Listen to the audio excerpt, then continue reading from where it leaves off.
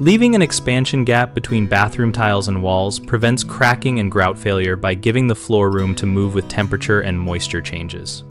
Tile installations must accommodate thermal and moisture movement because rigid tiles and substrate move at different rates.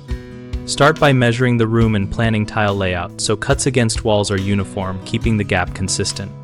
Use spacers placed against the wall to set a gap about 1/8 inch wide, which allows enough movement without being visually obvious after caulking. If a substrate like cement board or plywood will expand, stagger joints and leave the same gap at transitions and around fixtures to avoid stress concentrations.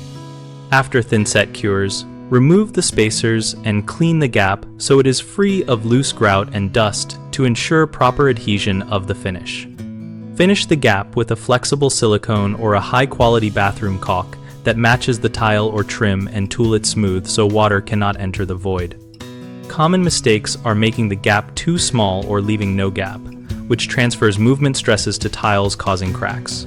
The fix is to always plan for about 1/8 inch where tiles meet fixed walls.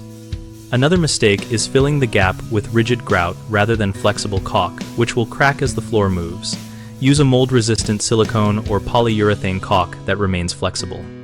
A third issue is trapping thinset or debris in the gap before caulking, which prevents adhesion and leads to water intrusion. Clean and dry the gap thoroughly and use a backer rod if the gap is deeper than 1/4 inch to get proper caulk thickness. BigHomeProjects.com connects homeowners with local contractors for jobs like bathroom tile work and gives homeowners resources on best practices for gaps and finishes. We also host a discussion community where contractors and homeowners can ask questions, share experiences, and find work or hire help.